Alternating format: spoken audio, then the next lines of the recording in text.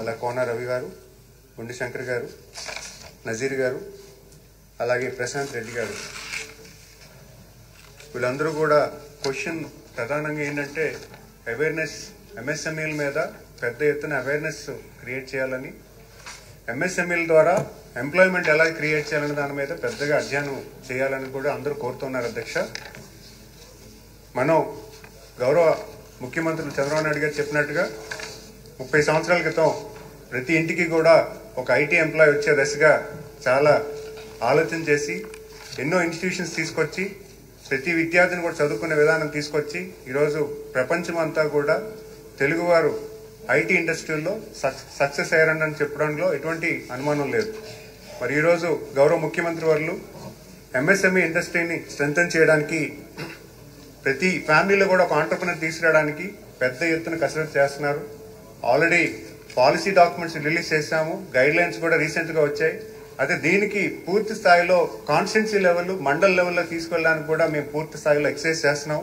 ముఖ్యంగా ఇండస్ట్రీకి కావాల్సింది ఏంటంటే ఇన్ఫర్మేషన్ అవైలబిలిటీ అనేది మనం ఇప్పుడు ఎంఎస్ఎంఈ ఇండస్ట్రీస్కి ఇవ్వాల్సిన పరిస్థితి ఉంది. సో దానికోసం అని చెప్పి ఈరోజు ఇండస్ట్రీస్ డిపార్ట్మెంట్ అంతా కూడా రీస్ట్రక్చర్ చేస్తున్నాం అధ్యక్ష. ఈరోజు డిపార్ట్మెంట్ అంతా కూడా ఆల్రెడీ బిల్ పాస్ పెట్టడం జరిగింది. ప్రతి డిపార్ట్మెంట్ కూడా హెడ్ ఆఫీసులో అవ్వచ్చు, అలాగే డిస్ట్రిక్ట్ ఆఫీసెస్లో కూడా ప్రతి ఎంప్లాయీ ఉండే విధానాన్ని తీసుకొచ్చి ఉన్న ఎంప్లాయీ స్ట్రెంత్ ని ప్రాపర్గా యూటిలైజ్ చేస్తూ, అలాగే కొత్త వాళ్ళని కూడా హైర్ చేసుకుంటూ ప్రతి జిల్లాలో కూడా IPO office, industry promotion office తీసుకొచ్చి, మరి అలాగే కాన్స్టిట్యున్సీ లెవెల్లో అడిషనల్ ఐపీఓ తీసుకొచ్చి, మండల్ లెవెల్లో అసిస్టెంట్ ఐపీఓని తీసుకొచ్చి ఇన్ఫర్మేషన్ అవైలబుల్ గా ఉండే పరిస్థితి కూడా కల్పించడానికి మేము కార్యాచరణ చేస్తున్నాము. దానికోసం అని చెప్పి దానికి కావాల్సిన ఎంప్లాయ్మెంట్ కూడా మేము ప్రతిపాదన చేశాము. దానికి కార్యాచరణ అయింది. ఖచ్చితంగా ఈ నెక్స్ట్ 6 months లో వచ్చే అవకాశం కూడా ఉంది అధ్యక్ష. ఈ ఎంప్లాయీస్ పూర్తి స్థాయిలో ఆంటర్ప్రెన్యూర్ ఎవరైనా ఇండస్ట్రీ పెట్టాలంటే వాళ్ళు వీళ్ళ దగ్గర సంప్రదిస్తే పాలసీ గైడ్ లైన్స్ ఇవ్వడం కానీ, లేకపోతే ఇండస్ట్రీ గవర్నమెంట్ స్పెసిఫిక్ గా ఇన్ఫర్మేషన్ షేర్ చేయాలన్నా కూడా ఈ ఐపీఓస్ వాళ్ళకి సపోర్ట్ చేసే మెకానిజం ఉంటుంది. అంతేకాకుండా డిఐసిలో ఉన్న ఆఫీసర్స్ అందరూ కూడా వాళ్ళ తాలూకా మనం ఇప్పటివరకు ఈజ్ ఆఫ్ బిజినెస్ చూసాము, ఇప్పుడు స్పీడ్ ఆఫ్ బిజినెస్ కోసం అని చెప్పి ఈరోజు డిఐసిలో ప్రతి డిఐసిలో ఇప్పుడు 13 జిల్లాల నుంచి 26 జిల్లాలు చేశారు. కానీ దానికి ఏ జిల్లాలో కూడా ఆఫీసర్స్ లేకపోవడం వల్ల ఎక్కడికి వెళ్ళాలి, ఎవరిని అడగాలి, మన అప్లికేషన్ ఎలా ప్రాసెస్ చేయలేని పరిస్థితిలో ఇక గత ప్రభుత్వం చేస్తే ఈరోజు మన ప్రతి డిస్ట్రిక్ట్ లో కూడా ఆఫీసర్స్ తీసుకొచ్చి ఒక డీడీ లెవెల్ ఆఫీసరు, అలాగే సీనియర్ కేటగిరీ జూనియర్ ఆఫీసరు, దానికి ఐపీఓస్ ముగ్గురిని పెట్టి స్పీడ్ ఆఫ్ బిజినెస్ ప్రతి అప్లికేషన్ ప్రాసెస్ చేయడానికి కూడా ప్రభుత్వం కార్యాచరణ చేస్తుందని తెలియజేసుకుంటున్నాను అధ్యక్ష. మరి అంతేకాకుండా ఏపీ ఎంఎస్ఎంఈ 1 వెబ్సైట్ లో కూడా పూర్తి స్థాయిలో పాలసీ డాక్యుమెంట్స్ అన్ని కూడా చెప్పడం జరుగుతుంది. అందులో మీకు AI based question FAQ frequently asked questions కూడా పెట్టడం జరుగుతుంది. ఇండస్ట్రీ పాలసీ మీద ఎవరికైనా ప్రతిపాదనలు ఉంటే దాంట్లో క్వశ్చన్ చేసుకుని ఆన్సర్ తెచ్చే పరిస్థితి కూడా కల్పిస్తున్నాం. ఈ రోజు ఐపీఎస్ చెప్పిందే కాకుండా ఈరోజు ఎంఎస్ఎంఈ 1 వెబ్సైట్ కూడా రేపు రానున్న కాలంలో యాప్ కూడా డెవలప్ చేసి దానికి ఏఐ ఇంటిగ్రేషన్ చేసి ప్రతి ఒక్కరికి కూడా వాళ్ళకి కావాల్సిన క్వశ్చన్ డైరెక్ట్ గా వచ్చే పరిస్థితి కూడా కల్పిస్తున్నాము. అది ఈరోజు ఫెసిలిటేషన్ అనేది ఒక ఎత్తు అయితే ఐడియా అనే దానికి కూడా మనకు కావాలి. ఇండస్ట్రీ పెట్టాలంటే ఏం పెట్టాలి, ఎలా పెట్టాలని కూడా ప్రతి ఒక్కరు కూడా అడుగుతున్నారు.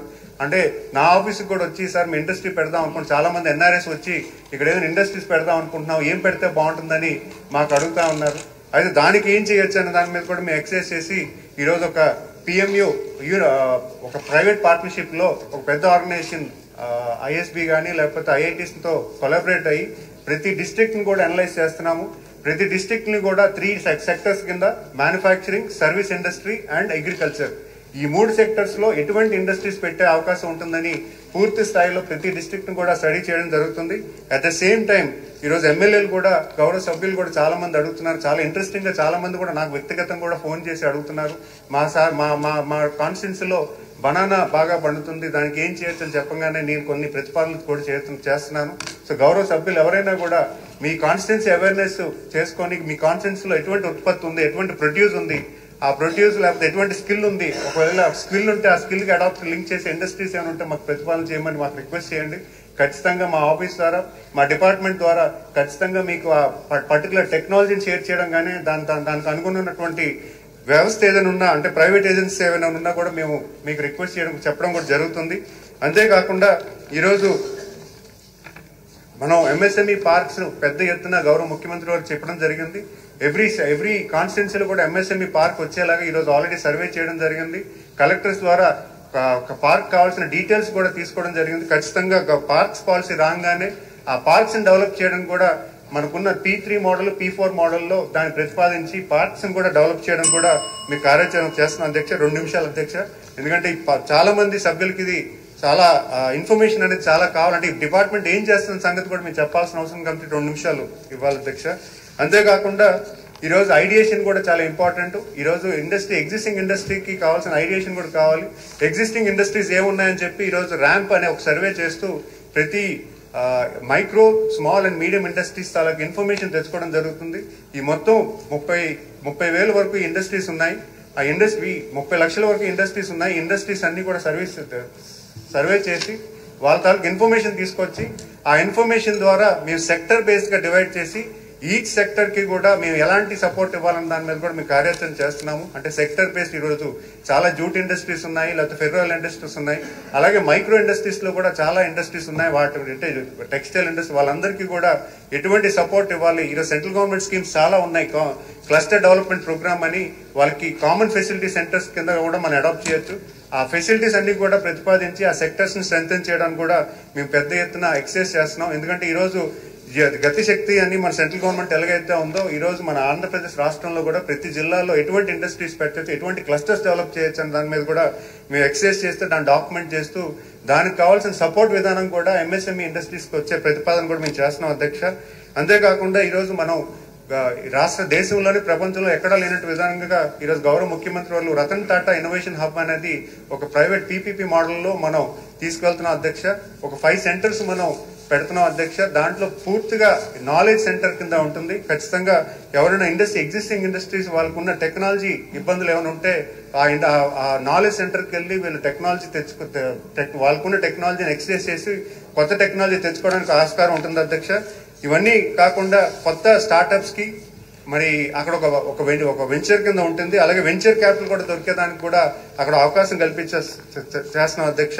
అంతేకాకుండా మరీ ముఖ్యంగా ఈరోజు బ్యాంకింగ్, ఈరోజు సెంట్రల్ గవర్నమెంట్ పెద్ద ఎత్తున CGTMSI అనే ప్రోగ్రామ్ ద్వారా చాలా మంది కొత్త ఆంటర్ప్రినర్స్ కి మళ్ళీ ఎగ్జిస్టింగ్ ఆంటర్ప్రినర్స్ కూడా హెల్ప్ చేయడం జరుగుతుంది అధ్యక్ష. ఈ రోజు SLBC మీటింగ్స్ లో దగ్గరుండి మీ మీటింగ్స్ లో ఉన్న ప్రతి బ్యాంకింగ్ ఇష్యూ కూడా మేము వాళ్ళకి తెలియజేస్తున్నాం అధ్యక్ష. దానికి కావాల్సిన సపోర్ట్ ఏదో ఉందో దాని మీద కూడా మేము ప్రతి ఇష్యూ బేస్డ్ మీద వర్క్ చేస్తున్నాం అధ్యక్ష. ఎందుకంటే చాలా మంది ఎగ్జిస్టింగ్ ఇండస్ట్రీస్ కి ఈ CGTMSI ఇస్తున్నారు కానీ కొత్త ఇండస్ట్రీస్ కి మాకు ఇవ్వట్లేదు అంటున్నారు అధ్యక్ష. దానికి కూడా మేము సపోర్ట్ చేస్తూ దానికి కావాల్సిన ఎటువంటి డాక్యుమెంటేషన్ ఉందో అది కూడా మేము వాళ్ళ ద్వారా మాట్లాడి దాన్ని సింప్లిఫై చేయడానికి మేము వర్కౌట్ చేస్తున్నాం అధ్యక్ష. అంతేకాకుండా ఈరోజు MFC కౌన్సిల్ ఏదైతే ఉందో గతంలో కూడా గౌరవ సభ్యులు విష్ణు కుమార్ రాజు గారు కూడా అడిగారు. MFC కౌన్సిల్ ఏదైతే ఉందో దాన్ని స్ట్రెంథెన్ చేయమని దానికి కూడా డిపార్ట్మెంట్ కూడా మేము చెప్పడం జరిగింది. ప్రతి జోన్ లో మనకున్న 5 జోన్స్ లో ప్రతి జోన్ లో కూడా ఒక AD లెవెల్ ఆఫీసర్ ని అపాయింట్ చేసి ఆ AD లెవెల్ ఆఫీసర్ అంటే అడిషనల్ డైరెక్టర్ ఒక సీనియర్ క్యాడర్ ఆఫీసర్ ని పెట్టి ఆయన ద్వారా MFCs ని కూడా స్ట్రెంథెన్ చేయడం కూడా మేము పెద్ద ఎత్తున ఎక్సర్సైజ్ చేస్తున్నాం అధ్యక్ష. మరి చాలా విషయాలు చెప్పడం జరిగింది అధ్యక్ష.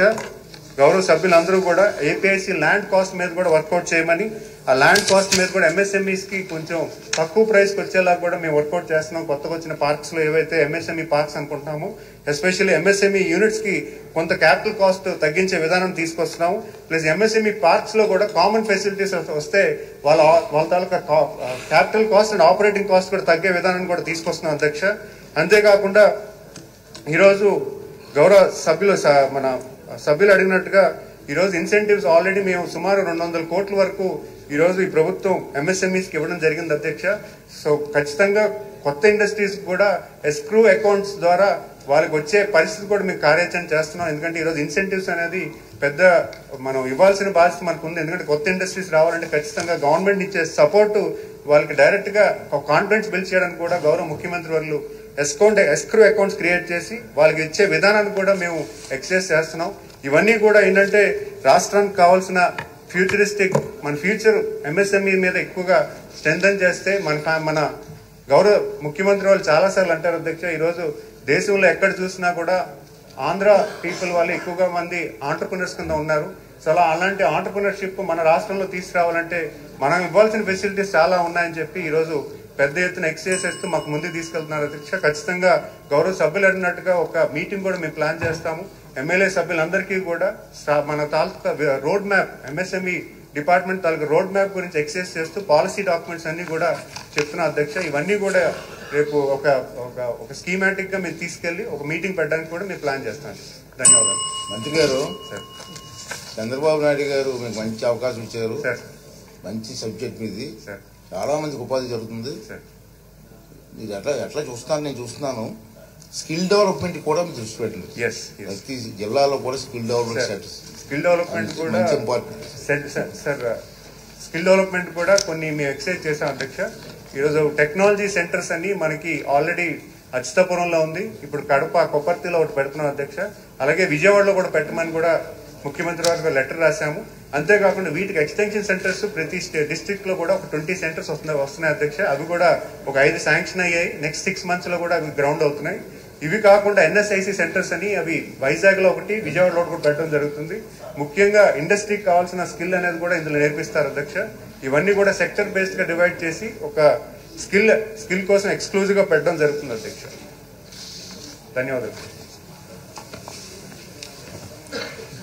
రవీంద్ర గారు,